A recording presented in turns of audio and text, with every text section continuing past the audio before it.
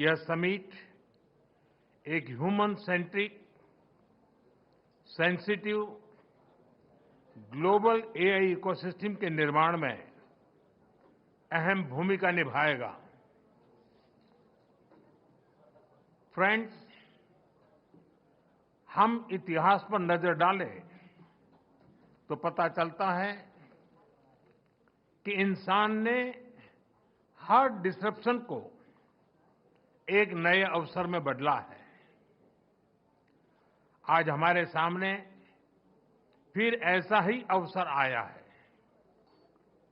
हमें मिलकर इस डिसरप्शन को मानवता के सबसे बड़े अवसर के रूप में बदल देना है।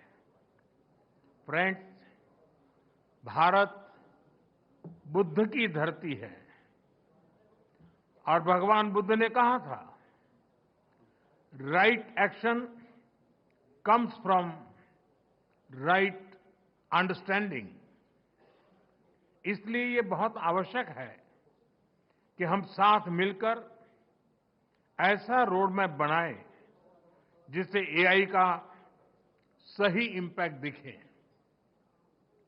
और सही इम्पैक्ट तभी आता है जब हम सही समय पर, सही नियत से सही निर्णय लेते हैं।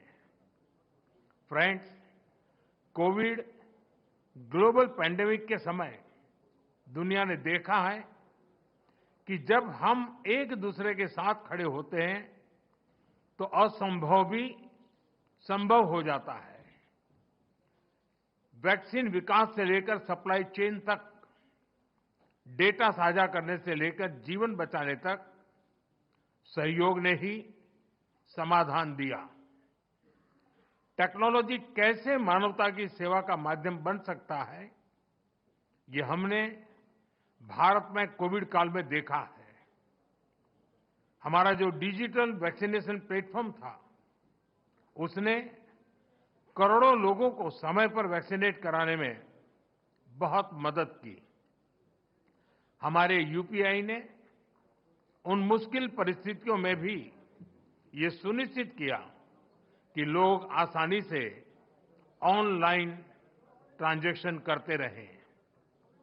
यूपीआई ने भारत में डिजिटल डिवाइड को दूर करने में भी बहुत बड़ी भूमिका निभाई है। बीते वर्षों में भारत ने एक वाइब्रेंट डिजिटल पब्लिक इंफ्रास्ट्रक्चर बनाया है।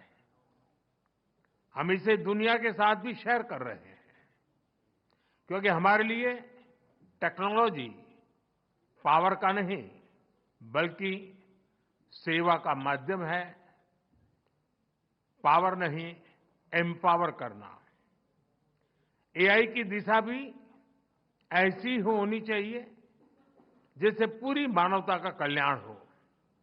फ्रेंड्स, अतीत में टेक्नोलॉजी ने डिवीजन क्रिएट किए, लेकिन वर्तमान में एआई टेक्नोलॉजी सबके लिए सुलभ हो, सबकी पहुंच में हो, यह हमारा लक्ष्य होना चाहिए। इसलिए आज जब हम एआई के फ्यूचर पर चर्चा कर रहे हैं तो हमें ग्लोबल साउथ की आकांक्षाओं और प्राथमिकताओं को भी एआई गवर्नेंस के केंद्र में रखना होगा। एक्सेलेंसी, युग चाहे कोई भी रहा हो, एथिक्स हमेशा ही चर्चा के केंद्र में रहा है। अंतर बस इतना आया है कि पहले अनएथिकल बिहेवियर का दायरा बहुत छोटा होता था, लेकिन एआई में इसका दायरा असीमित है, अनलिमिटेड है। इसलिए एआई के लिए हमें एथिकल बिहेवियर और नॉर्म्स का दायरा भी असीमित बनाना होगा। एआई कंपनियों के सामने बहुत बड़ी जिम्मेदारी है। प्रॉफिट के साथ साथ पर्पज पर भी फोकस हो, ऐसे एथिकल कमिटमेंट की बहुत आवश्यकता है।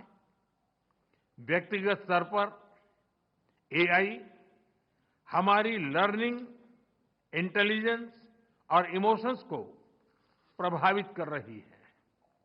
एक्सेलेंसी, एआई के एथिकल उपयोग के लिए मेरे 3 सुझाव हैं। फर्स्ट, डेटा सॉवरेनिटी को रिस्पेक्ट करते हुए एआई ट्रेनिंग के लिए एक डेटा फ्रेमवर्क बने। जैसे एआई में कहा जाता है, गार्बेज इन, गार्बेज आउट। अगर डेटा सुरक्षित, संतुलित, विश्वसनीय नहीं होगा तो आउटपुट भी भरोसेमंद नहीं होगा। इसलिए ग्लोबल ट्रस्टेड डेटा फ्रेमवर्क जरूरी है। सेकंड, एआई प्लेटफॉर्म अपने सेफ्टी रूल्स बहुत क्लियर और ट्रांसपेरेंट रखे। हमें ब्लैक बॉक्स के बदले ग्लास बॉक्स अप्रोच चाहिए, जहां सेफ्टी रूल्स देखे और वेरीफाई किए जा सके। तब अकाउंटेबिलिटी भी क्लियर होगी और बिजनेस में एथिकल बिहेवियर को भी बूस्ट मिलेगा। थर्ड, एआई रिसर्च में पेपर क्लिप प्रॉब्लम का उदाहरण दिया जाता है। अगर किसी मशीन को सिर्फ पेपर क्लिप बनाने का लक्ष्य दे दिया जाए तो वह उसका एक काम के लिए दुनिया के सारे रिसोर्सेज को दांव पर लगाकर भी वही काम करती रहेगी। इसलिए एआई को क्लियर ह्यूमन वैल्यूज और गाइडेंस की जरूरत है। टेक्नोलॉजी पावरफुल है, लेकिन डायरेक्शन हमेशा मानव ही तय करेगा। फ्रेंड्स, आर्टिफिशियल इंटेलिजेंस, एआई की ग्लोबल जर्नी में एस्पिरेशनल इंडिया एआई की बड़ी भूमिका है और अपने इस दायित्व को समझते हुए भारत आज बड़े कदम उठा रहा है। अपने एआई मिशन के माध्यम से आज भारत में 38,000 जीपीएस मौजूद हैं और अगले 6 महीनों में हम 24,000 जीपीयूज और लगाने जा रहे हैं। हम अपने स्टार्टअप्स को बहुत ही अफोर्डेबल रेट्स पर वर्ल्ड क्लास कंप्यूटिंग पावर उपलब्ध करा रहे हैं। हमने एक एआई कोष भी बनाया है। इसके माध्यम से 7,500 से अधिक डेटा सेट्स और 270 एआई मॉडल्स को नेशनल रिसोर्स के रूप में शेयर किया गया है। फ्रेंड्स, एआई को लेकर भारत की दिशा स्पष्ट है, भारत का विचार स्पष्ट है। एआई पूरी मानवता की भलाई के लिए एक शेयर्ड रिसोर्स है। हमें मिलकर ऐसा एआई फ्यूचर बनाना होगा जो इनोवेशन को आगे बढ़ाए, इंक्लूजन को मजबूत करे और ह्यूमन वैल्यूज का समावेश करके आगे बढ़े। जब टेक्नोलॉजी और